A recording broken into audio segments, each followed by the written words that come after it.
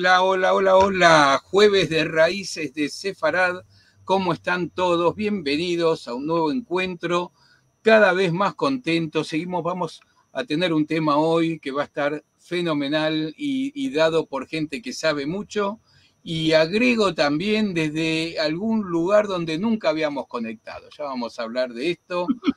Primero déjeme saludar a Lili. ¿Cómo estás? Hola Marcelo, hola a todos. Siempre es un gusto de recibirlos aquí en nuestras raíces de Sefarad y nos da mucha alegría la variedad de temas que cada semana podemos proponer y como dijo Marcelo, el tema de hoy muy especial. Por Vamos supuesto, a contarles como cada semana que les pedimos una colaboración para el Centro Cultural Sefarad. Lo pueden hacer por PayPal o por Mercado Pago si están en Argentina o por transferencia bancaria. La institución, el Centro Cultural Sefarad, es una institución sin fines de lucro y tiene actividades que no tienen costo y se ofrecen gratuitamente.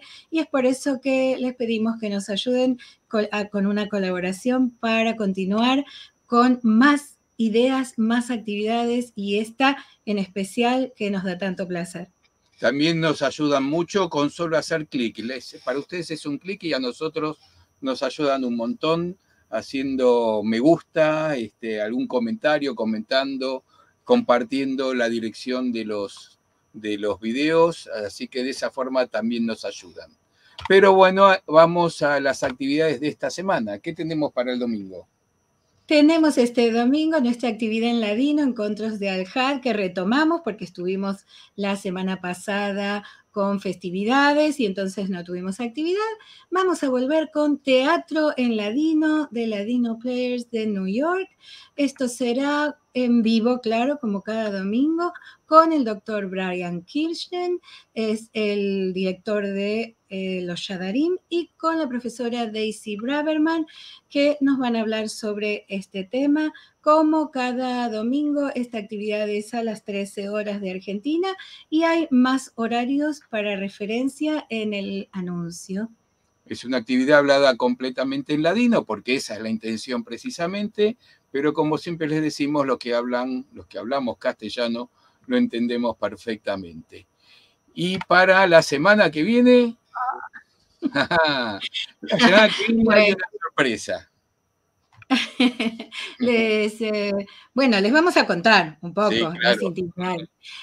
Teníamos preparada una conferencia para el próximo jueves 20 de octubre, pero el disertante tuvo un inconveniente y entonces estamos con esta sorpresa que también será para nosotros porque vamos a ver qué podemos encontrar en esta semana para reemplazarlo y tendremos esa conferencia más adelante. Así que es sorpresa para ustedes y para nosotros. Pero lo van a encontrar seguramente anunciado unos días antes en nuestra página web, sefarad.com. Ahí van a estar y también en nuestro boletín que sale todos los viernes, encontrarán el anuncio con la próxima actividad. Por suerte tenemos muchos colaboradores, así que alguno nos hará el favor de apurarse, porque siempre nos piden tiempo para preparar las charlas. Acá vamos a ver a quién vamos a tener la semana que viene, seguramente algo que va a valer seguramente muchísimo la pena. ¿Y vamos a lo de hoy? Sí, hoy tenemos este tema que veníamos anunciando, el Holocausto y la España de Franco. Estamos en vivo con el doctor Santiago López Rodríguez desde Suecia, como decía Marcelo, un lugar nuevo para incorporar dentro de los disertantes que vamos teniendo cada semana. Se los voy a presentar brevemente, así lo podemos saludar y recibir aquí.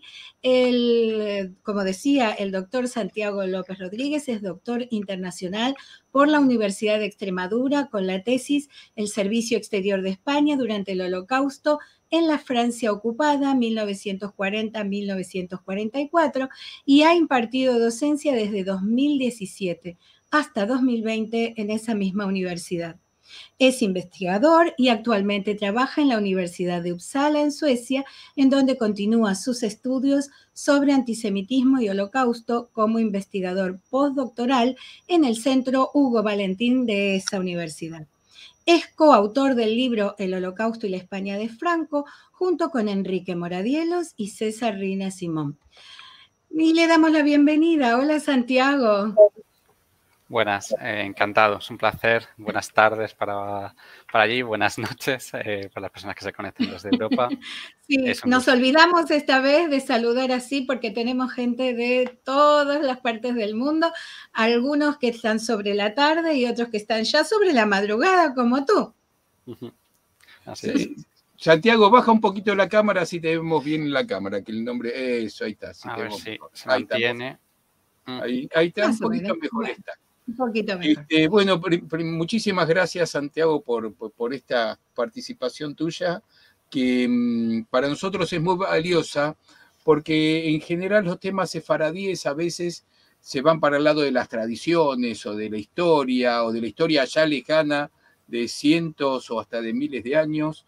Y en este caso traemos un tema casi, podríamos decir, de actualidad. Estamos hablando de mediados del siglo pasado, un poco antes, y además controversial, porque en este tema encontramos muchas cosas, los a favor, los en contra, y según quien escuche, cómo quiera verlo, pareciera que el mismo evento se ve muy distinto según el cristal con que se mire. Por eso, tener contacto con una persona como vos, que lo investigaste, va a ser muy, muy importante, así que te dejamos con la gente y te escuchamos con mucha atención y pongo tu presentación. Muchas gracias.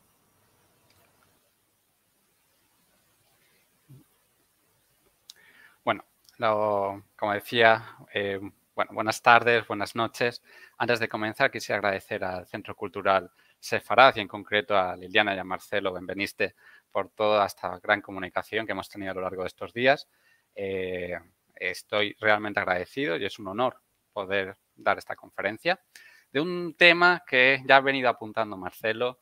Es bastante polémico, es bastante complejo, además, que es el Holocausto y la España de Franco.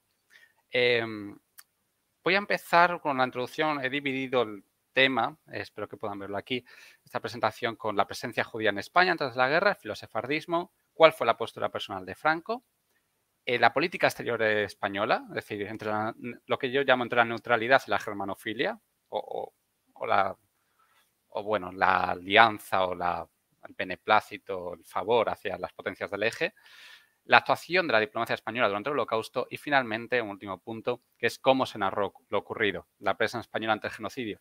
Evidentemente, en la conferencia no voy a poder abordar todos los temas que me interesaría, pero siempre me remito a que, si desean conocer más, tienen el libro de Turner, está publicado tanto en Europa como en Sudamérica y Centroamérica, por lo que siempre pueden acudir ahí.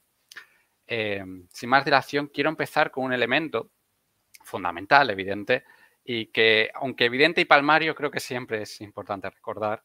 Y partimos de la base de que el Holocausto es el mayor caso conocido de un genocidio racista de la historia de la humanidad por su calidad de programa de exterminio biológico y sistemático de la población judía europea por las autoridades alemanas del Tercer Reich durante la Segunda Guerra Mundial y con políticas que iniciaron antes de la Segunda Guerra Mundial. Por esto mismo, el Holocausto se ha convertido innegablemente y trasciende las fronteras, estamos hablando desde Argentina, estamos hablando desde Suecia, ha trascendido las fronteras de las memorias nacionales. Y por eso el Holocausto debe ser estudiado no solo en los lugares en los que ocurrió, sino también por aquellos testigos o países neutrales o personas que parecía que muchas veces estuvieron indiferentes ante lo que pasaba. Ahora bien, si seguimos viendo esta presentación y nos fijamos en una cuestión casi estadística de los archivos, incluso alemanes, vemos que España, que aparece ahí en el orden alfabético, Spanien, con solo 6.000, esto es la población judía que habitaba el país a los inicios de la Segunda Guerra Mundial. En realidad, si uno no piensa en España o piensa en la comunidad judía española, tanto antes de la Segunda Guerra Mundial como durante la Segunda Guerra Mundial, lo que vamos a tener presente es que era un número realmente ínfimo. Estamos hablando de 4.000, 6.000, dependiendo antes de la Segunda Guerra Mundial o durante la Segunda Guerra Mundial, de judíos que vivían en España. Por lo tanto, en una población de más de 27 millones de personas. Es realmente nada. Y además España acababa de salir de una guerra fratricida, la guerra civil, una guerra devastadora, por lo que España económicamente estaba en ruinas. La comunidad judía y los refugiados judíos que intentaban pasar o que pasaron por los Pirineos no conocían, no tenían muchos correligionarios, ni personas, ni familiares que vivían en España, por lo que para muchos, y esto ha pasado históricamente, para España en general el Holocausto era un tema que concernía a otros, ¿no? Concernía a los alemanes, concernía a la población judía, pero mucho más allá de lo que es cierto y la realidad. Si seguimos analizando y vemos, y esto es muy importante, con un mero vistazo al mapa de Europa, podemos entender que la península ibérica en general y España en particular se convirtió tanto antes de la Segunda Guerra Mundial, aquí pongo un ejemplo de United States Holocaust Memorial Museum, de un mapa de la emigración de judíos desde Alemania en 1933-1940, y luego, durante la Segunda Guerra Mundial, la península ibérica se convirtió en la ruta de escape más importante de la Europa ocupada. Por lo que las políticas seguidas por el régimen de Franco en ese momento y el régimen de Salazar en Portugal también fueron fundamentales. Y digo fundamentales para entender si se les deja, qué iba a pasar con ellos. ¿Se les iba a dejar pasar los Pirineos? ¿Si se les dejaba entrar en España o se les daba los visados en los países de origen? ¿Qué hizo también? ¿Qué hicieron estos países, España y Portugal? Me voy a centrar en el caso de España, ¿verdad? Con las comunidades judías que vivían en esos países ocupados. Como vemos, estamos hablando, por tanto, de muchísimos elementos, pero que demuestro que con un solo vistazo en el mapa de Europa vemos que España tiene un papel muy, muy importante durante el Holocausto, no solo como testigo, sino como principal ruta de escape. Voy a retroceder un poco porque dicha ya esa importancia geográfica de España como lugar clave para escapar del Holocausto, hay que partir de la base de que ese Holocausto es el fruto decantado, ¿no? Es el fruto de un largo proceso histórico entre el antijudaísmo, un odio milenario, primero, y el antisemitismo, que yo establezco la diferencia en ese siglo XIX y XX, cuando surge el antisemitismo, y aunque estas son dos corrientes de pensamiento similares, el antijudaísmo y el antisemitismo, el primero se configuró como un prejuicio, fundamentalmente como hostilidad cultural y religiosa contra el pueblo judío, desde la antigüedad clásica, por el mero hecho de ser el primer pueblo monoteísta y monolátrico de la historia, y que evidentemente entra, por lo tanto, en conflicto con las religiones politeístas, con el culto al emperador, por ejemplo, en el Imperio Romano, y este conflicto, que se inicia como el antijudaísmo, ¿verdad?, se mantiene durante la Edad Antigua, la Edad Media y la Edad Moderna, también en parte propiciado o mantenido por una religión cristiana, con esas acusaciones del pueblo deicida y con ese conflicto, digamos, entre hermanos, al fin y al cabo el cristianismo es una secta, de ello, que se transformará en el siglo XIX, y esto es fundamental, en un elemento similar, pero cuyo núcleo es bastante diferente, que es el antisemitismo. Que el antisemitismo, como tengo aquí, fue un verdadero cajón desastre. Valía todo, entraba todo. Y cogía esos elementos casi medievales, ¿verdad? Los libelos de sangre, esas acusaciones totalmente falsas contra el pueblo judío, y que sin embargo luego se toman ese siglo XIX, ese siglo XX, como el buitre, ¿no?, rapaz, corrupto, que es a la vez el rico y el explotador, pero a la vez es el pobre que inicia las revoluciones, toda esta serie de estereotipos y tópicos que se mantienen, y ahora con un gran problema, y es que se reviste este estereotipo, este prejuicio, de una doctrina racista pseudocientífica, que desde mediados del siglo XIX le da una forma que parece más formal o seria, pero que no deja de ser fundamentalmente un odio que se mantiene, ya digo, durante siglos.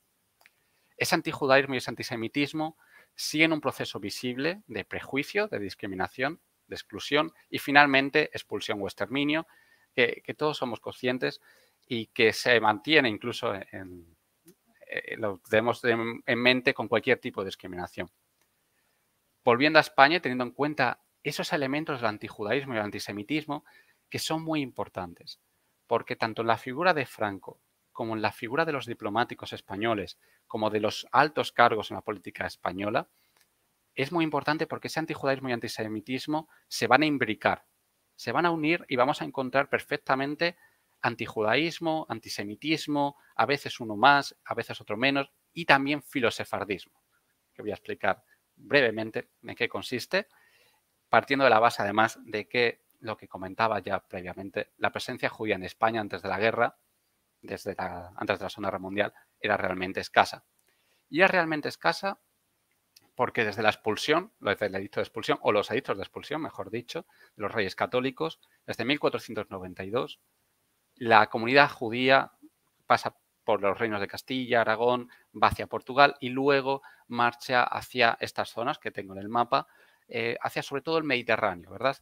Esa comunidad sefardí que se expande, que se difunde, digamos, casi por todo el Mediterráneo, va a mantener unos lazos casi culturales, lingüísticos, pero alejados, por lo tanto, de la península ibérica.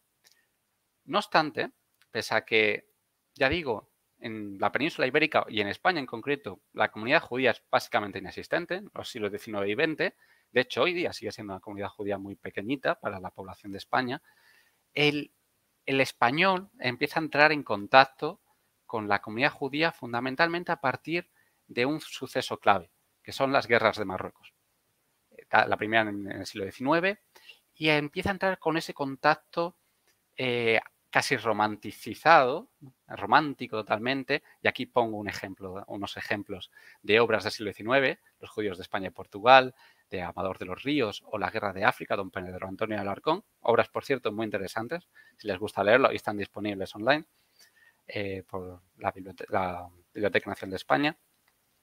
Y todo parte de una idea que es muy importante porque va a tener una gran repercusión en el siglo XX, y es que, al igual que en el resto de Europa, la España decimonónica empieza con la construcción de una identidad nacional fuerte que pasó por bastantes descalabros y fortunas, pero en la creación de la nación española fue fundamental la religión, hasta el punto que fue un elemento diferenciador básico. Y fue un elemento diferenciador básico en contraposición, porque siempre hay que buscar el contrario a la hora de crear una identidad. ¿Y quiénes fueron los contrarios del católico español? Pues el judío y el moro. Fueron esas las ideas que se articularon para la creación del nacionalismo español. Sin embargo, para otros pensadores e ilustres escritores como Amador de los Ríos, que citaba, o como para otros tantos próceres del momento, el judío sefardí era, si bien es judío, es decir, sigue existiendo un prejuicio, ese antijudaísmo anclado en España, sin embargo, era superior, era el más noble de los judíos, se le llamaba. Era una distorsión de la realidad, con grandes tintes románticos, pero se consideraba que como habían convivido con el resto de españoles, ya digo, estableciendo esas diferencias que no existían, pero estableciendo esas diferencias, era más noble, se había ennoblecido con el contacto con nosotros. Y así ese filosefardismo, esa idea de que el judío sefardí era el más noble de los judíos y hay que fomentar las relaciones con ellos porque además, incluso desde el punto de vista económico, al haberse difundido por el Mediterráneo nos pueden servir para que España aumente sus relaciones económicas y comerciales, sus relaciones culturales en contra de Francia y de otros países del momento. Entre ese filosefardismo romántico y ese filosefardismo económico va a haber una gran repercusión a lo largo del siglo XX. Aquí tengo un ejemplo de un documento que encontré en los archivos de la Real Biblioteca del Patrimonio Nacional de Alfonso XIII, una carta agradeciéndole a la comunidad israelí de Jerusalén por su intervención. Y sin embargo, se articula sobre todo este filosefardismo, va a tener o se va a manifestar fundamentalmente con una ley que es muy conocida para los investigadores de este tema, que es el Real Decreto de Primo de Rivera de 1924. No voy a extender en ella, porque en este decreto, en esta ley, porque es un poco entrar en temas específicos, pero se dio la nacionalidad española a personas protegidas, que tenían la condición de protegidas, un estatus legal, por España en el extranjero. La mayoría eran sefardíes, sobre todo en Oriente. La medida tuvo un efecto bastante escaso en su momento, pero sin embargo, durante unos años más tarde, especialmente durante la Segunda Guerra Mundial, tuvo una innegable repercusión, porque se convirtió en la base legal por la que aquellos diplomáticos españoles que desearon salvar judíos pudieron hacerlo valiéndose de que existió un Real Decreto en 1924 por el que se concedía la nacionalidad española a una serie de protegidos y entre ellos muchos judíos sefardíes. Pongo un ejemplo sobre esta visión del filosefardismo con una cita además del que fue agregado comercial de España para Europa y que más tarde fue coordinador de la política europea, nada menos, la política europea durante la Segunda Guerra Mundial en el Ministerio de Asuntos Exteriores español. Y él decía sobre la diferencia entre sefardíes y askenazíes, fijémonos, y cito literalmente, que los primeros, los sefarditas eran un pueblo intermedio racialmente entre el israelita puro y el castellano. Y además en el orden fisionómico llegaba a decir que mientras el judío de Varsovia o el de tipo puramente moreno desentonaría en cualquier ciudad de nuestra patria y sería reconocido por el menos perspicaz, gran número de sefarditas pasarían totalmente inadvertidos, aun para los ojos más acostumbrados a advertir en el porte exterior diferencias raciales. Y esto lo escribía una persona que luego tenía un importante papel político en la política exterior española. De hecho, va más allá con su descripción, más allá de lo fisionómico, e incluso entra en el punto de vista, en el orden moral. Y dice, el clásico avaro, dominado totalmente por la codicia, explotador del cristiano, sin escrúpulos de ninguna clase a la hora de atraer hacia sí el dinero de los demás, se encuentra abundantemente en Polonia. En cambio, no puede menos de sorprender el que en cuanto en los Balcanes tienen trato continuo con el sefardí, coincidan en manifestar que tanto en el comercio como en la vida privada posee un grupo denso de sentimientos nobles y de virtudes opuestas a la idea que generalmente se tiene del hebreo. Vemos, por tanto, perfectamente esa imagen del filosefardismo, que ya digo, tenía muchos matices también económicos y políticos, y que nos lleva un poco a la figura fundamental, una de las figuras fundamentales que analizamos en el libro y que es una de las figuras importantes, sin duda, en esta ponencia, que es Francisco Franco. La postura personal de Franco ha sido debatida, discutida, lo sigue siendo. De hecho, a la hora de publicar cualquier cuestión sobre Franco, en España sigue habiendo enconados debates. Uno solo tiene que abrir cualquier medio de difusión, cualquier periódico, redes sociales y verá que cualquier cuestión que atañe todavía al franquismo, pese a que ya han pasado bastantes años, sigue provocando todo tipo de debates bastante agitados o animados. Y es difícil analizar porque, como todos los personajes históricos generalmente, o fenómenos históricos complejos, las cosas no son del todo sencillas. Hay que partir de la base de que la postura personal de Franco es bastante ambigua durante toda la Segunda Guerra Mundial, pero hay que basarse y hay que tener siempre en mente dos elementos básicos. Primero, las raíces católicas de Francisco Franco y, por lo tanto, con esas raíces católicas, ese antijudaísmo del que he hablado antes, pero sobre todo también su formación militar. Y es que no se puede entender a Franco sin el ejército ni tampoco sin Marruecos, que fue su trampolín a la fama del que era un chico nacido en una familia humilde, en una familia de clase media en una pequeña comunidad coruñesa.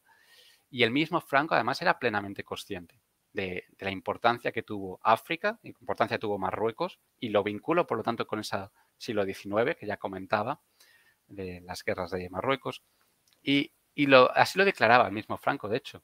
A un periodista, a Manuel Aznar, en 1968, le dijo literalmente, sin África ya apenas puedo explicarme a mí mismo.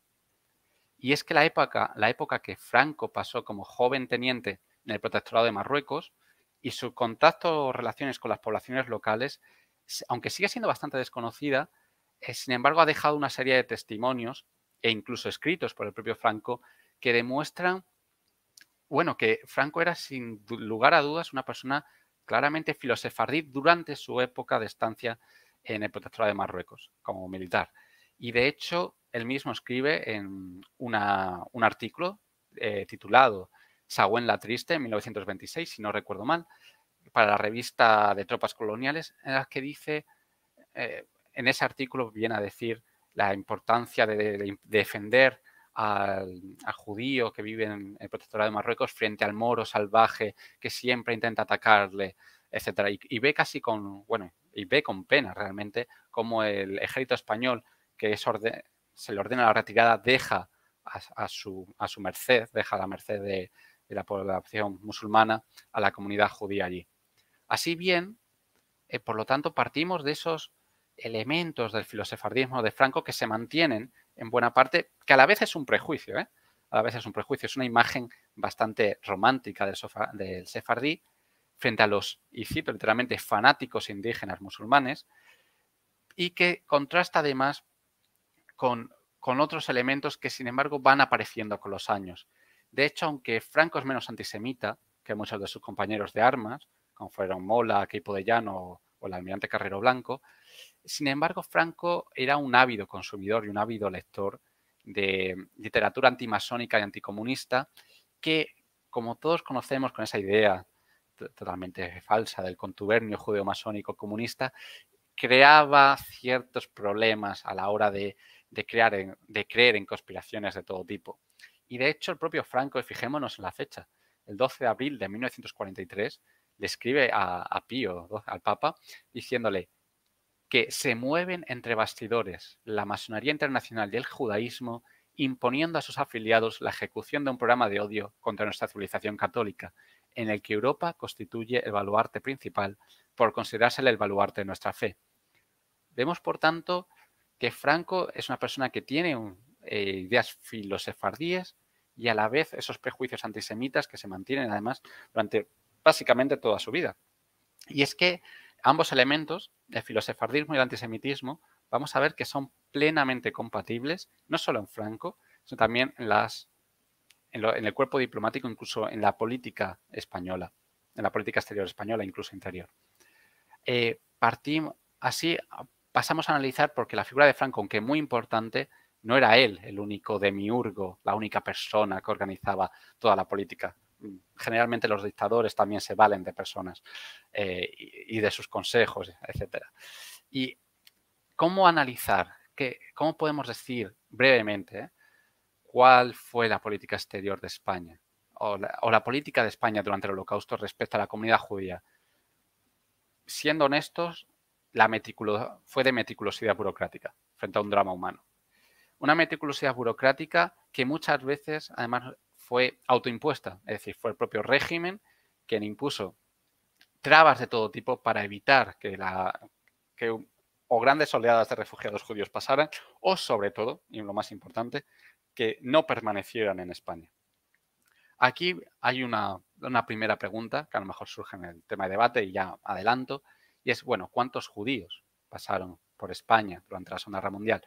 Es muy difícil adivinar una cifra y evidentemente el tránsito ilegal por los Pirineos era muy común, pero las cifras que se estiman por investigadores es de entre 20.000 y 35.000 los judíos que pasaron por España durante la Segunda Guerra Mundial, ya digo, de forma legal. Luego habría que sumarle a aquellos que no podemos saber por tránsito por los Pirineos o por otras zonas. Y desde un principio, además, hay que tener en cuenta que España puso unas grandes trabas en las dificultades de conseguir un visado y trabas enormes también en la documentación que era necesaria para conseguirlo. Los otros puntos que aparecen mencionados, voy a comentarlos un poco más tarde, pero voy a recalcar, y esto es muy importante, es la importancia que tiene que España como país que se declara neutral parte desde un inicio con una gran ventaja. Una gran ventaja, digo, porque primero es un país claramente pro germanófilo o pro alemán. De hecho, la Alemania de Hitler y la Italia de Mussolini habían colaborado con Franco durante la Guerra Civil, con un soporte militar, logístico, incluso económico. Por lo que existía una predisposición hacia unas amistades claramente problemáticas respecto a sus relaciones con el pueblo judío. Pero, sin embargo, como país neutral, tenía una gran ventaja y es que pudo mantener en los diferentes países, en Francia, en Polonia, en Alemania, etcétera, en todas las zonas, Rumanía, Grecia, diplomáticos. Pudo mantener diplomáticos españoles que se convirtieron en testigos de primera fila, narraron perfectamente con sus despachos, con sus oficios al ministerio, todo lo que estaba ocurriendo. no solo en la ocupación de las ciudades, no solo con la población local, sino también durante el Holocausto.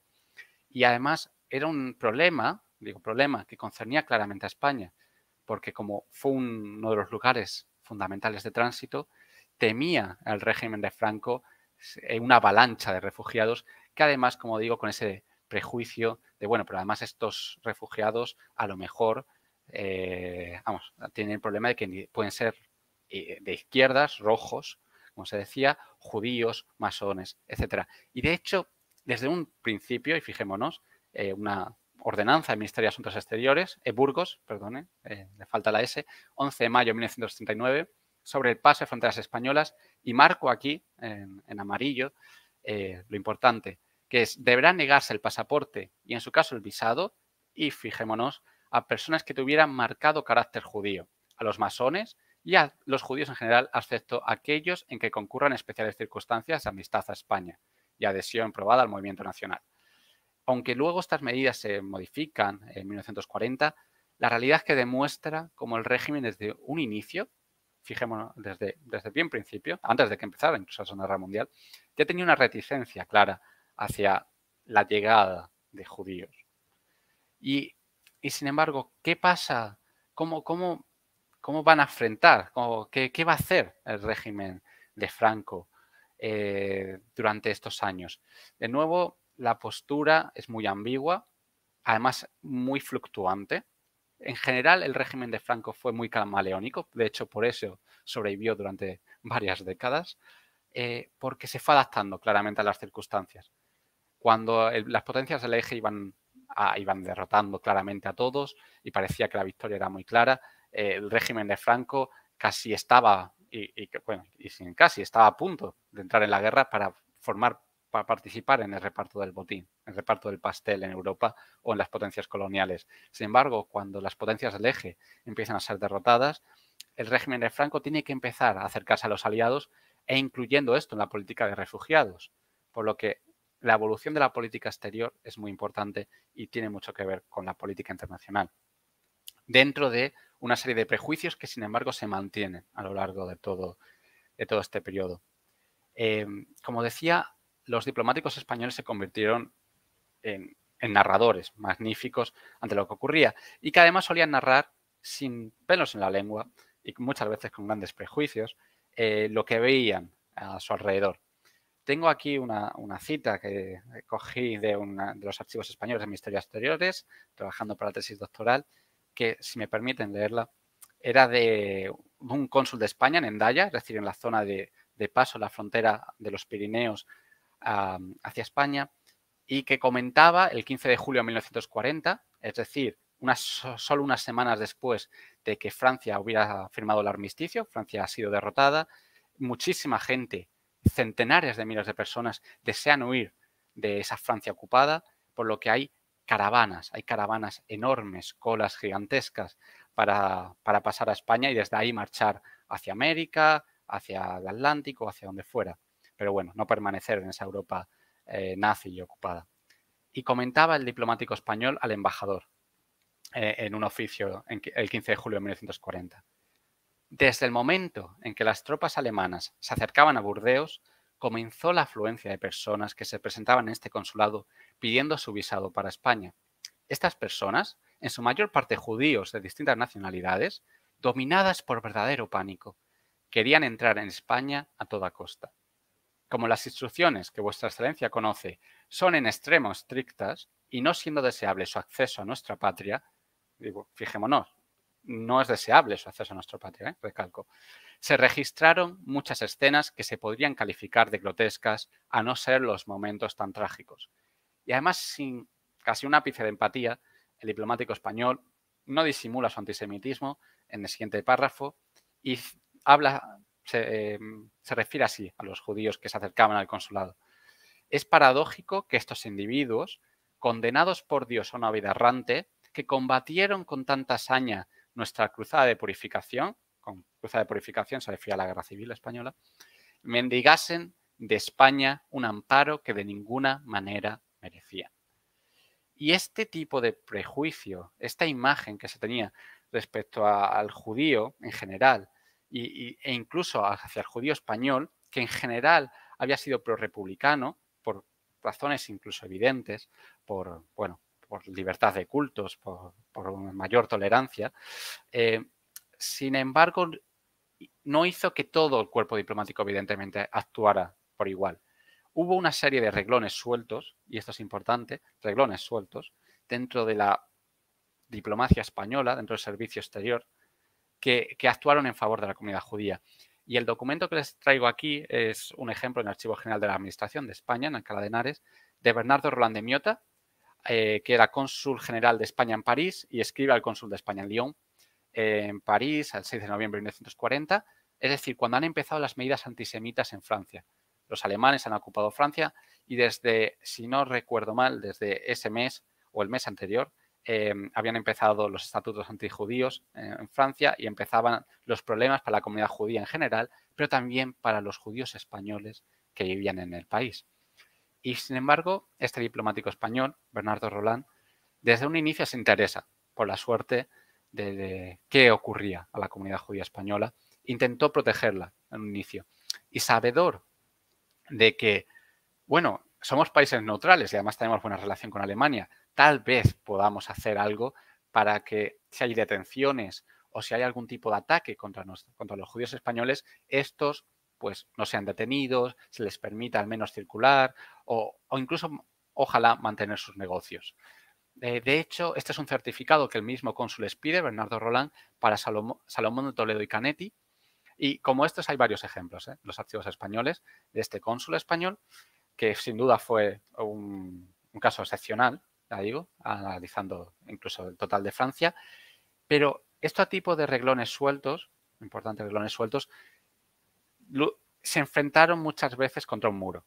Se enfrentaron contra el muro de la política superior, es decir, del régimen de Franco, de las cabezas pensantes. En este caso del ministro de Asuntos Exteriores en ese momento, que era Serrano Suñer, y que dice claramente, aunque se lee un poco mal porque el telegrama, además con el color, queda un poco difuso, pero dice que no es acertado defender a la comunidad judía española porque aunque en España no exista ley de razas, no se debe evitar que se sometan a ellas en estos países. Y lo único, y esto es importante, porque es una política que se mantiene durante toda la Segunda Guerra Mundial, sin embargo, el régimen de Franco no se interesó tanto por la vida de los judíos españoles, y esto es así, triste, pero cierto, además demostrable con los documentos, pero se interesó mucho más por las propiedades de los judíos españoles. Y desde que empezó el proceso de arianizaciones, que no era otra que expulsar a los judíos de la vida económica de los países y malvender sus negocios para que pasaran a formar parte de manos arias, en ese proceso el régimen de Franco mantuvo desde un principio que esas propiedades, esos bienes, ese dinero, no podía pasar a manos de franceses, de alemanes o de quien fuera. No, tenía que pasar porque se decía era acervo nacional, era acervo español. Es decir, la vida del judío español no era tan importante, pero su propiedad y sus bienes sí lo era. Y efectivamente España, comentaba antes, que pasó realmente por muchísimos estatus. Desde la neutralidad benévola, la no beligerancia, la beligerancia moral, llegó a decir Suñer para un periódico alemán, hasta la vuelta a la neutralidad muy tarde, en octubre del 43. Y el momento decisivo fue la Operación Antorcha, en noviembre del 42. No voy a detener a ello porque son cuestiones casi militares y geoestratégicas, pero como vemos, el régimen de Franco mantuvo una clara predisposición a contentar a las potencias del eje y sobre todo a la Alemania de Hitler con sus políticas tanto de refugiados como incluso con la comunidad judía. Una política exterior, además, que fue muy cambiante. Y se puede ver porque durante todos estos años de la Segunda Guerra Mundial, fijémonos que hubo hasta 4 ministros de Asuntos Exteriores. Por lo que podemos ver que cada uno de ellos además pudo e influyó a su manera en cómo se trató a la comunidad judía durante el Holocausto, y con viñetas que incluso se encuentran en los medios españoles. Analizar, por tanto, el papel de España durante el Holocausto, durante la Segunda Guerra Mundial, es complejo y supone investigar en archivos y abrir una pequeña ventana al pasado, casi una mirilla en la puerta, Y estos son los tipos de documentos que nos podemos encontrar. Estos son originales de los archivos españoles con cartas de la comunidad judía en París u en otros lugares que escriben incluso al propio Franco pidiendo, por favor, que fueran repatriados, que fueran salvados de las medidas antisemitas que se estaban llevando a cabo por toda Europa. Las listas de judíos incluso que protegidos nacionales aparecen en los consulados de España. Esta es una lista del consulado de España en París, con la P de protegidos aquellas familias que eran protegidos y con el número aquellos que eran nacionales y de dónde provenían. Por ejemplo, esta familia de Salónica con un orden alfabético. Pero el momento clave, y por otra parte muy olvidado, que ha sido muy olvidado por bastantes obras sobre España y el Holocausto, hasta que fundamentalmente el alemán Ben Roder escribió sobre ello, fue el momento clave de la campaña de repatriación. Es un momento muy interesante, porque además parece, voy a decir, casi paradójico. ¿Y por qué? En un momento tan avanzado durante el Holocausto, es decir, con los campos de exterminio a pleno funcionamiento, con las cámaras de gas asesinando diariamente a centenares y miles de personas, el gobierno alemán permite en enero de 1943 a todos los países neutrales y proalemanes la repatriación de sus judíos, de aquellos judíos de nacionalidad española, portuguesa, sueca, turca, y les dice, tenéis una fecha límite, tenéis una... bueno, se fueron ampliando los plazos, de hecho, se prorrogaron, pero tenéis 3 meses para repatriar a vuestros judíos, porque si no, y lo decían las propias autoridades alemanas, nosotros nos encargaremos de ellos. Evidentemente todos entendemos cuál es el eufemismo hoy en día. Y de hecho, voy a comentar que todos los gobiernos neutrales además eran conscientes de ese eufemismo, porque es importante recalcar que el régimen de Franco tenía conocimiento del Holocausto. Y esto lo puedo demostrar también con documentos históricos. Digo que durante esa campaña de repatriación, digo campaña de repatriación porque se permite a España repatriar a su comunidad judía, que era un número realmente exiguo, minúsculo. Sin embargo, España actúa realmente casi es la peor cara que muestra frente al Holocausto. España en un principio no desea repatriar a ninguno de los judíos españoles, a ninguno. Incluso aquellos con la nacionalidad en firme que eran ciudadanos españoles y nacionales españoles. Algunos con incluso medallas y conmemoraciones que habían tenido buenas relaciones con personas. La disposición es, no se desea que vengan a España y, a ser posible, deben ir a los países originarios de donde procedían. Por ejemplo, había judíos con la nacionalidad española que procedían de Salónica. Se decía, bueno, pues que vayan a Salónica, que vayan a Grecia, que vayan a Rumanía, que vayan a Bulgaria, pero no se les quiere en España, pese a que eran nacionales españoles, lo cual esto es muy importante. Fue el régimen alemán, fue el Tercer Reich, quien dijo, no, eso no se puede hacer, primero porque bastantes de esos países originarios están ahora ocupados por nosotros y por lo tanto no solución alguna, y solo al final el régimen de Franco permitió el paso de judíos españoles, el paso, no el asentamiento en España, pese a ser nacionales españoles, por lo que aquí se demuestra cómo ese prejuicio del antijudaísmo y el antisemitismo se mantuvo durante la Segunda Guerra Mundial, y además solo se permitió el paso de ellos, cribando además lo máximo posible el número de ellos. Y solo se permitía a aquellos que tenían la documentación totalmente en regla. Era una cuestión casi kafkiana, porque si te faltaba un papel, y esto no era tan infrecuente, pensemos además en el momento en que la comunidad judía estaba huyendo de ciudad en ciudad, etcétera, no era fácil tener todos los papeles en regla, y en el momento en que caducaba un visado, en el momento en que caducaba un certificado, te encontrabas ante la nada, te encontrabas estancado en un país, sabiendo que las autoridades de ese país o las alemanas te podían detener en cualquier momento. Digo, por tanto, que el papel de España durante el Holocausto tuvo un momento oscuro, un momento realmente muy crítico con esta campaña de repatriación. Estos son algunos de los ejemplos que yo he analizado en España. Desde Francia hubo una serie de convoyes de repatriación el 11 de agosto del 43, 81 judíos españoles, en Irún el 15 de octubre, en Perpiñán, pero eran números realmente exiguos, realmente muy pequeños, porque las autoridades franquistas no deseaban que vinieran a España. Y Y en todo momento la actuación del régimen fue una actuación interesada. Y pongo ejemplos, y digo, es que se ve en los propios documentos españoles, de los oficiales españoles. Y pongo aquí ejemplos. Su defensa convendría a España desde el punto de vista económico y político. Se decía sobre la comunidad judía, pero fijémonos en la fecha, 28 de enero del 43.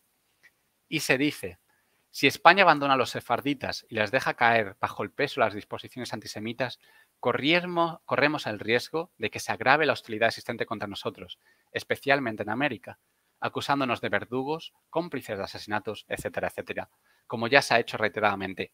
Pero aquí, no es aceptable la solución de traerlos a España, donde su raza, fijémonos, el antisemitismo, su dinero, el prejuicio, su anglofilia, por lo tanto que son más, lógicamente, más pro-aliados que pro-eje, por razones obvias, y su masonería, de nuevo, esa idea de la conspiración, les convertiría en agentes de toda clase de intrigas. Y esto de nuevo era José María de Usinague, el que decía era coordinador de la política exterior europea durante la Segunda Guerra Mundial.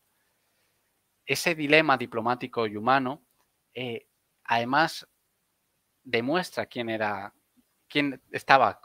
consciente de todo esto. Y esto se encuentra, por ejemplo, en una carta del general Gómez Jordana, ministro de Exteriores, al general Carlos Asensio, ministro del Ejército español. Y dice, son muchos cientos los sefarditas con nacionalidad española que están en Europa, sea en campos de concentración, sea a punto de ir a ellos. Y nosotros no los podemos traer a España e instalarse en nuestro país, porque esto no nos conviene de ninguna manera. Ni el caudillo lo autoriza, ni los podemos dejar en su situación de ciudadanos españoles, porque esto puede dar lugar a graves campañas de prensa en el extranjero y principalmente en América, y provocarnos serias dificultades de orden internacional. Por lo tanto, el dilema no era tanto un dilema humanitario, para nada.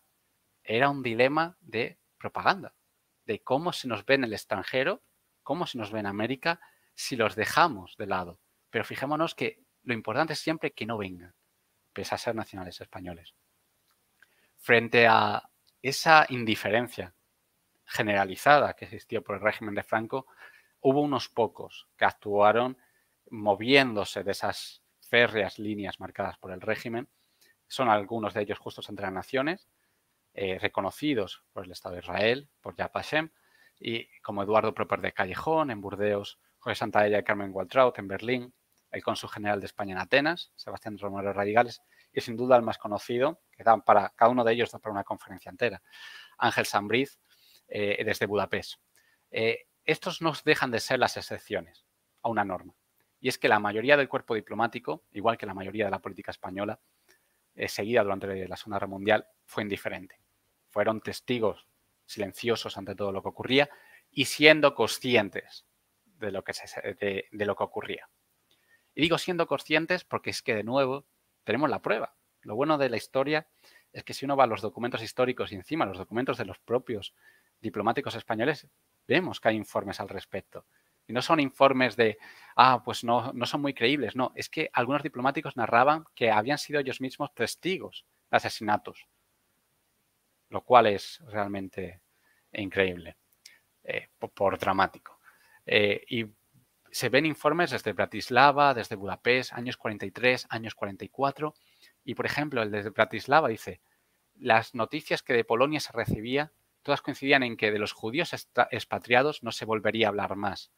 Si se conocía la dimensión, incluso el exterminio. Y aquí hay un informe muy interesante desde Polonia que dice, en el tercer párrafo, puede calcularse, y esto ya en el 43, si no recuerdo mal, puede calcularse en 2,5 millones a 3 millones de judíos los que Alemania ha hecho desaparecer en diferentes guetos y campos de concentración polacos durante estos trágicos años y con los métodos más horribles, tales como cámaras de gas y fusilamientos en masa. Yo mismo he presenciado en los alrededores de Varsovia, en Otwock, e involuntariamente, como es natural, una de estas razias, que costó la vida a un par de miles de israelitas. También, a pocos metros de mí, en las afueras de Varsovia, vi matar fríamente por un policía alemán una niña de unos 10 años y su hermano menor de unos 5 años, que pedían limosna por el solo hecho de ser judíos. Y dice, termina la carta, casos como estos podría citarlos por cientos. Este tipo de informes llegaban al Ministerio de Asuntos Exteriores, llegaban a las autoridades españolas y por lo tanto que que siguiera habiendo, tanto durante la campaña de repatriación como durante el paso de refugiados, medidas tan estrictas, suponían, o se era plenamente consciente que de negar el visado, de negar el paso a la comunidad judía por los Pirineos, suponía posiblemente condenarles a la muerte, por lo que existía conocimiento. Y no solo existía conocimiento, que existía afinidad. Existía afinidad por el régimen incluso hasta el final. Y aquí se ve en la prensa, y es el último de los apartados que quiero tratar, porque creo que refleja muy bien, tenemos en cuenta que la censura, estamos en un régimen dictatorial, o sea, todo lo que se publica tiene que pasar previamente. Y algunas de las publicaciones que tienen paso, pese a la censura previa, demuestran claramente que el régimen, incluso al final de la Segunda Guerra Mundial, y digo al final, 1945, cuando Alemania está siendo totalmente derrotada en todos los frentes, todavía existía esa predisposición, esa loa hacia incluso la figura de Hitler. Y aquí pongo un ejemplo de un diario que era claramente pro-alemán, de hecho estaban a sueldo de la embajada alemana, en parte, era el diario Informaciones en Madrid, que, fijémonos, después del suicidio de Adolf Hitler, este es un periódico del día siguiente, del 2 de mayo, por lo tanto, escribe, y es que digo que es interesantísimo, porque fijémonos las declaraciones que hace. Un enorme presente se extiende por el ámbito de Europa porque Adolfo Hitler, castellaniza el nombre, hijo de la Iglesia Católica, ha muerto defendiendo la cristiandad. Ya se comprenderá que nuestra pluma, contenida, no encuentre palabras para llorar su muerte cuando a tantas se encontró para exaltar su vida. Pero Adolfo Hitler ha nacido ayer a la vía de la historia con una grandeza humanamente insuperable. Sobre sus restos mortales se alza su figura moral victoriosa. Con la palma del martirio, Dios entrega a Hitler el laurel de la victoria, porque la mística profunda y densa que su muerte crea en Europa acabará triunfando sobre la humanidad. Creo que esto deja claramente que el régimen, pese a que desde los años de finales y mediados del 43, los soldados aliados, especialmente británicos y estadounidenses, no tanto para nada soviéticos, empiezan a aparecer mucho más que los soldados alemanes, contando las victorias de los aliados. Sin embargo, siempre hubo esa predisposición y esa alianza.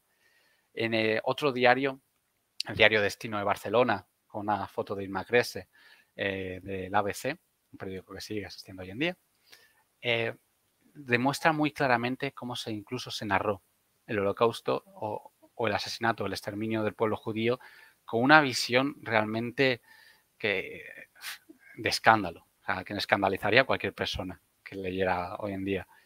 Y tienen aquí la cita: el caso de los campos de concentración alemanes es horrible sobre toda ponderación, ciertamente, pero el que esté libre de culpa que eche la primera piedra. El caso de Irma Grese, que era una sádica, realmente una sádica, que cercenaba a las víctimas y las mataba por mero placer, dice, es espeluznante, pero no es más que el caso más acusado y sobre todo más visible en este momento de una juventud expuesta a los desvaríos más terribles por haber perdido las viejas creencias, haberse burlado de la moral y haberse despegado del hogar, el ejemplar más destacado, en una palabra, de las muchachas que quieren vivir su vida.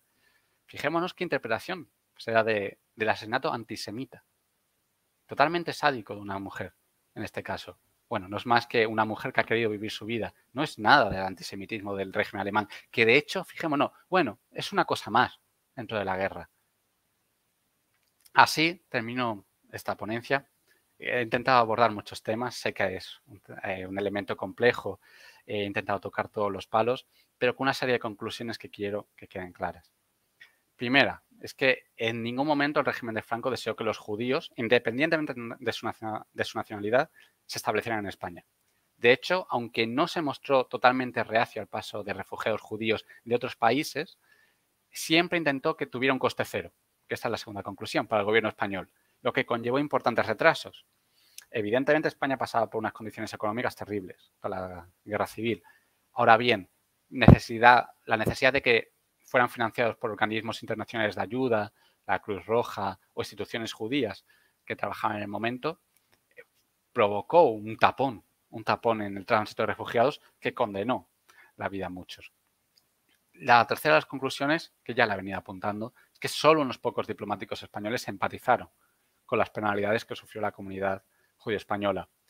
Y la cuarta conclusión es que lo que fue más importante para el régimen de Franco desde el inicio del antisemitismo hasta el final fue lo que pasó con las propiedades de los judíos españoles.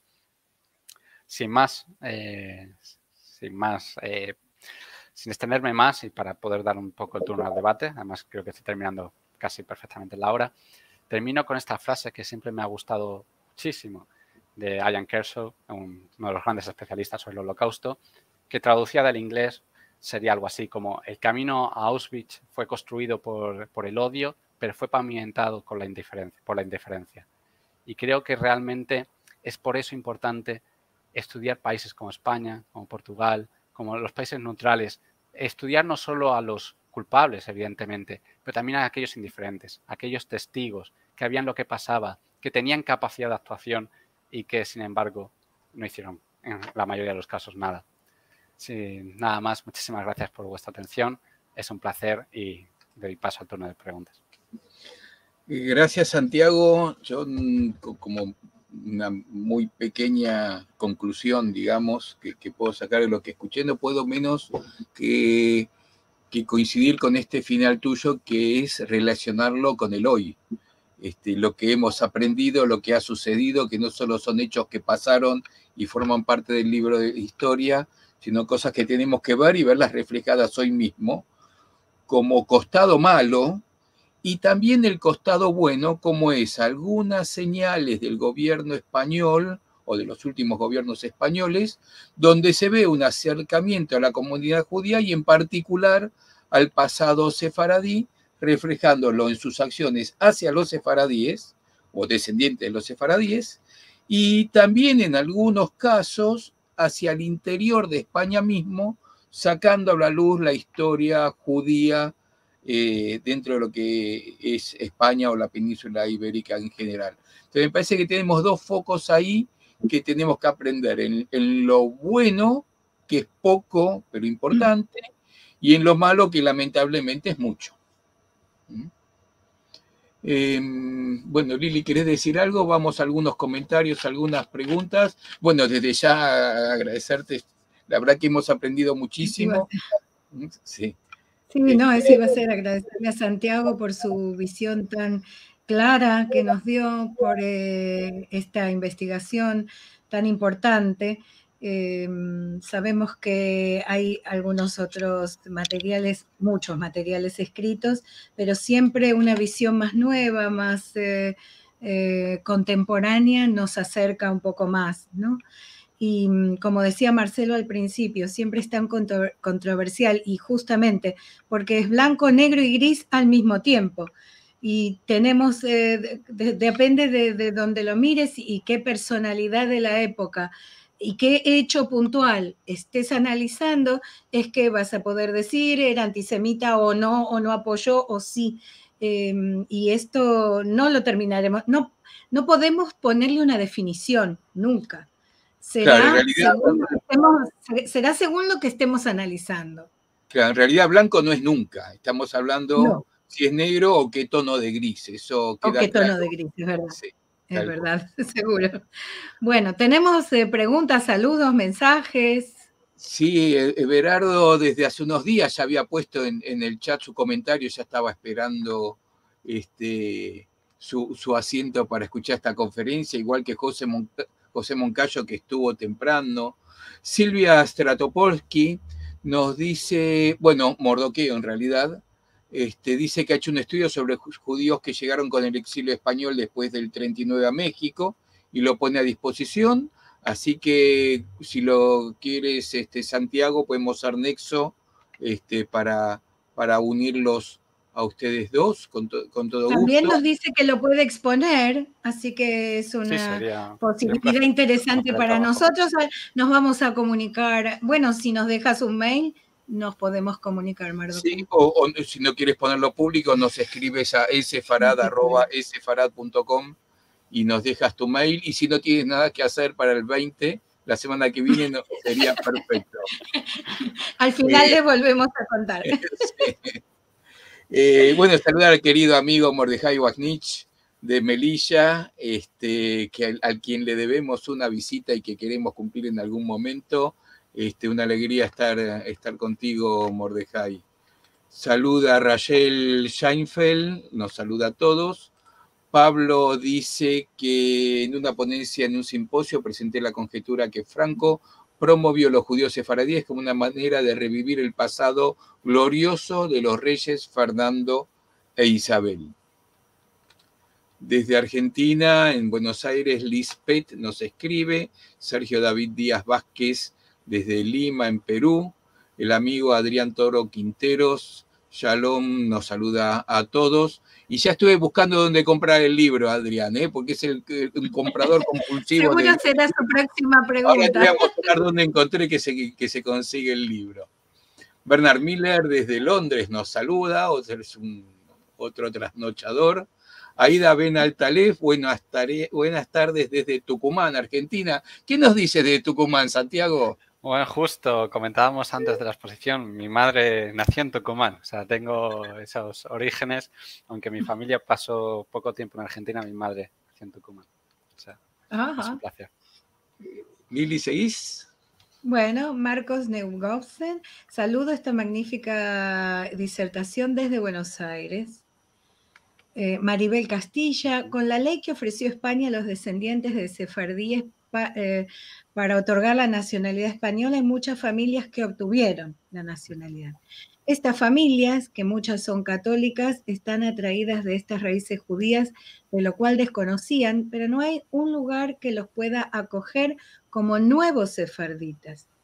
¿Qué se podría hacer para unir a estos nuevos sefarditas con los sefarditas que siempre han sabido que lo son? Bueno, esto es para una gran disertación. No solo de España, pero sí podemos decir que España tiene en distintas ciudades, no en todas, pero en las más populosas, comunidades judías, y en algunos casos de distintas corrientes judías, más ortodoxas, menos abiertas a este tipo de acercamiento, y más liberales, donde sí son más abiertas a este tipo de acercamiento. De eso, pero es un problema no solo de España, es de todo el mundo, incluyendo a Israel. Sí, claro. Pepe González Arenas, buenas noches, saludos desde Córdoba, España. Pablo Frenkel, ¿cuál fue el destino de los funcionarios españoles que ayudaron a los judíos durante la Segunda Guerra Mundial?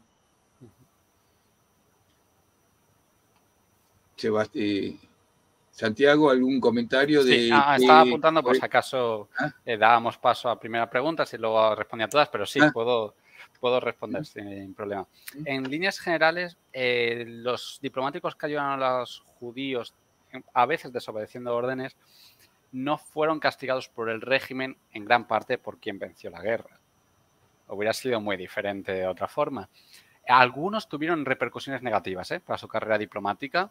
De hecho, algunos no tuvieron las promociones normales en el ascenso del cuerpo diplomático, que generalmente iban por antigüedad, aparte de por méritos, muchas veces por antigüedad, y que sin embargo se mantuvieron en puestos más bajos de lo que le correspondían, y de hecho esto hay algunos que escriben, puedes encontrarlo en los expedientes personales de los diplomáticos españoles, y puedes ver que efectivamente había ciertas rencillas por las actuaciones que habían hecho a favor de la comunidad judía, pero en líneas generales no se les perjudicó y no fueron ni detenidos ni expulsados del cuerpo diplomático, aunque sí hubo unas cuantas veces que fueron movidos, incluso por petición de las autoridades alemanas.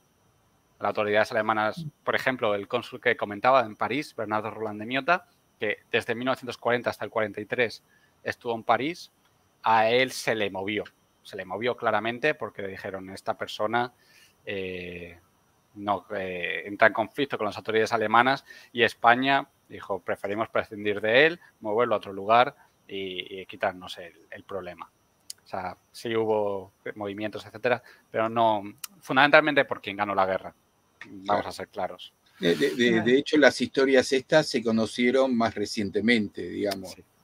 No era una cosa conocida, ni siquiera la de Ángel Sassbris, que podríamos decir que es tan emblemática, sí. Y sin embargo pasaron muchos años hasta que fue reconocida.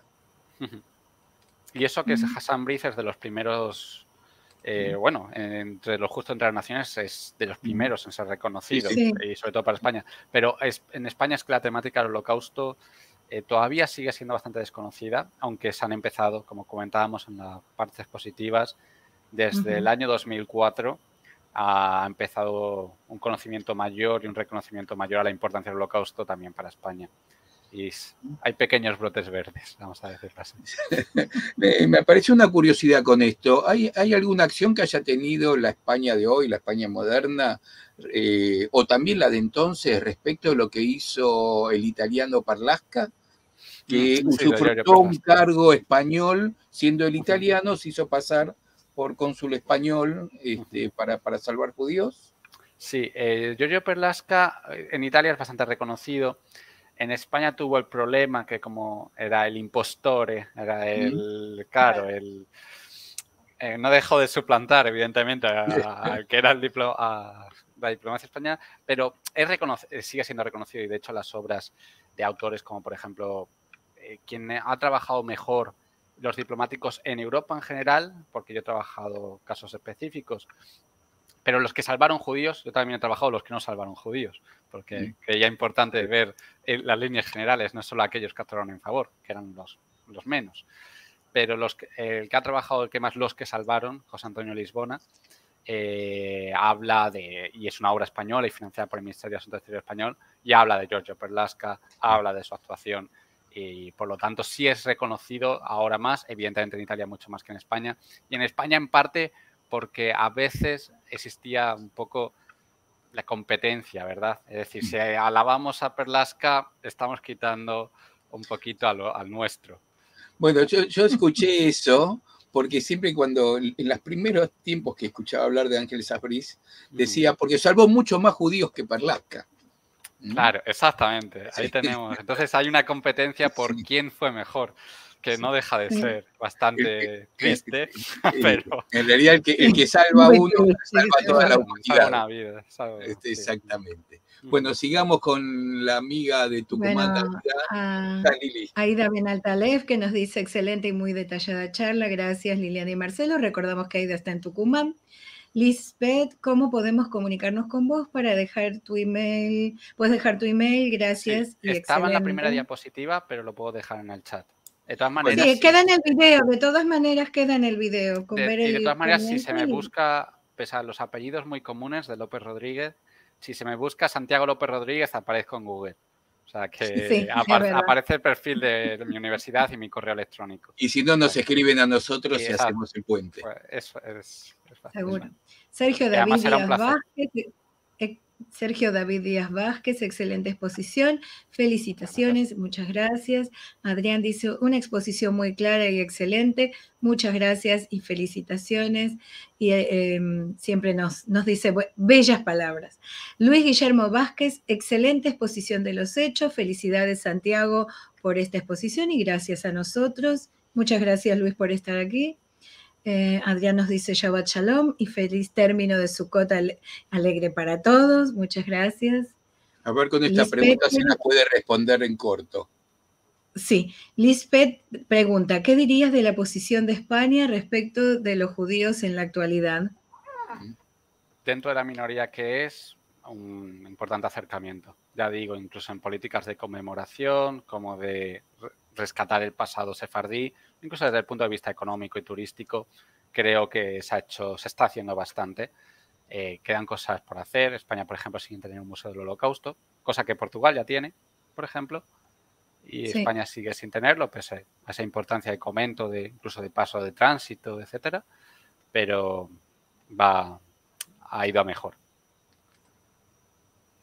Yvonne Stern, parabéns, bueno, felicitaciones por la excelente conferencia sobre más de un aspecto sobre el Holocausto y ella está en Río de Janeiro.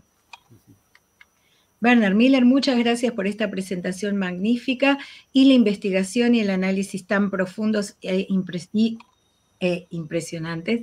Nos queda mucho aprender y tengo ganas de leer el libro. Bueno, está disponible, ahora les vamos a decir dónde lo pueden adquirir. Entonces, antes de leer los últimos, vamos a compartir acá que vi que está en perdón, ahí lo ponemos.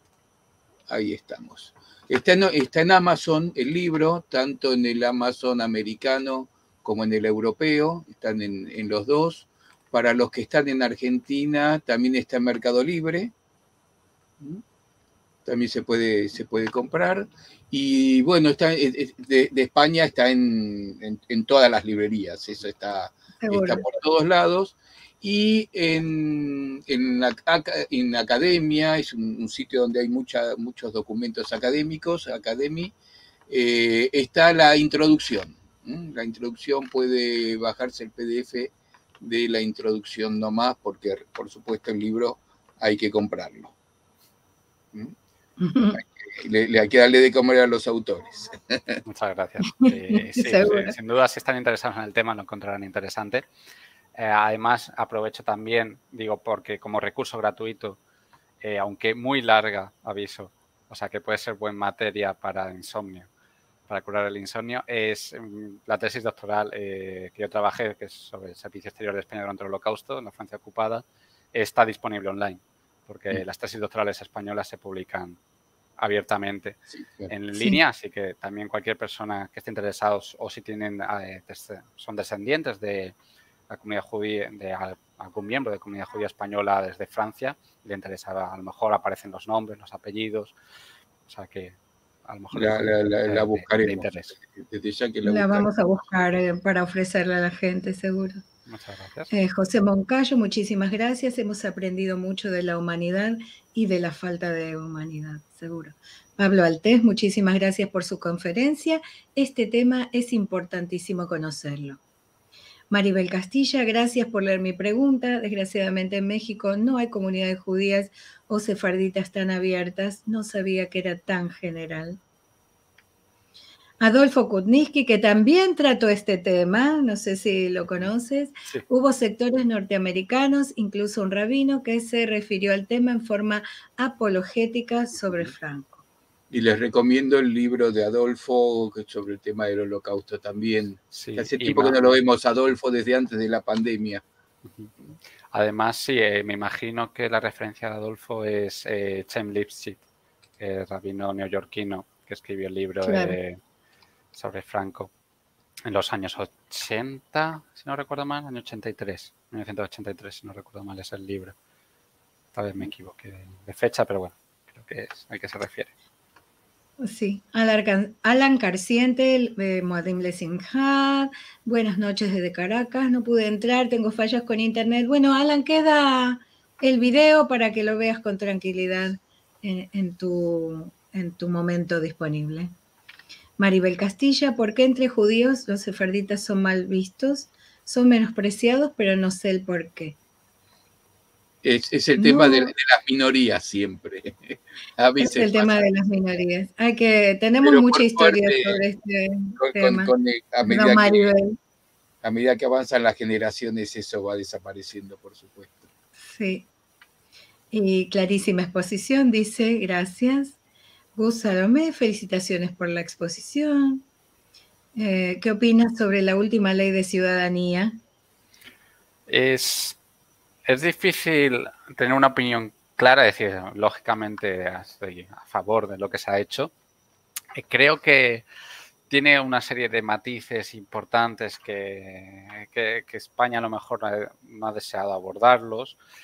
Va a haber un libro ahora, de hecho, publicado, se va a publicar el año que viene sobre el impacto que ha tenido la ley, por lo que recomiendo, saldrá en la siguiente feria del libro, lo sé porque conozco al autor, entonces estén pendientes de ello porque creo que va a ser un gran análisis sobre el impacto de la ley, cuántas personas y quiénes fueron los promotores incluso de esta ley, pero creo que es interesante, creo que es importante porque ya digo que España siempre ha coqueteado con ese filosefardismo, pero luego medidas concretas ha hecho muy poco y creo que es una buena medida. Ahora bien, también es cierto que, por el otro lado, entra en el discurso, bueno, ¿y por qué no se ha hecho con los moriscos, que también fueron expulsados en 1609? Y es cierto que ahí, claro, entramos en otro tipo de debates que no han movido tanto a la población española porque la ley no ha tenido tanta polémica, pero que que serían dignos de considerar, elementos dignos de considerar. Bien, después nos pasas quién es que trabajó ese tema, pues es un tema que la nacionalidad que hemos tratado muchísimo nosotros, hemos dado charlas inclusive sobre el tema. Nosotros mismos ya somos españoles por esa ley, así que nos va a interesar mucho ese tema. Durante este periodo hemos ayudado a muchísima gente a conseguir la posibilidad de tomar la ciudadanía. Así que verdaderamente nos es muy interesante a todos nosotros. Liz, nuevamente gracias a todos. Y con eso terminamos todas los mensajes, las consultas de una noche fantástica. Hemos aprendido muchísimo y como siempre, es una cosa que a mí me gusta mucho decir, abrimos una puerta y nos encontramos con un montón de cosas nuevas y a la vez nos encontramos con 2 puertas cerradas que tenemos que investigar para seguir avanzando en el tema.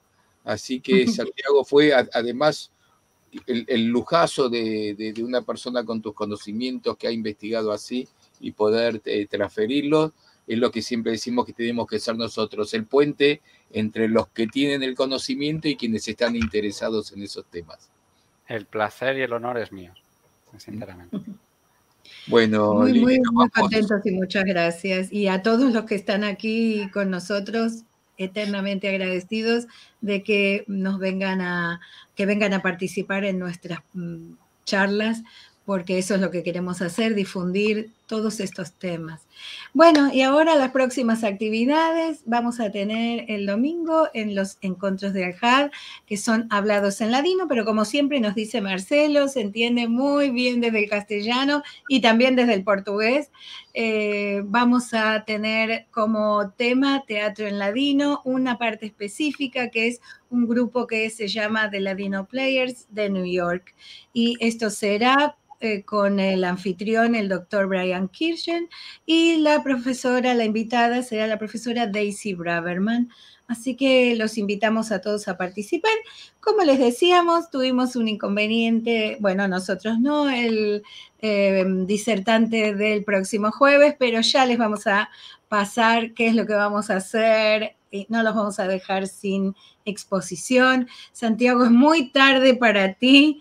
Te vamos a dejar descansar y para muchos otros, porque has visto que los mensajes no vienen solo de América, vienen de muchos otros lugares donde es de madrugada ya está ahora. Estás silenciado. Te muteaste. Que por razones como esta se puede trasnochar un día, no hay problema. Excelente. Quédate, Santiago, un minutito más después del vidito de despedida, así te saludamos. A todos los demás nos vemos el domingo o el jueves. O el jueves.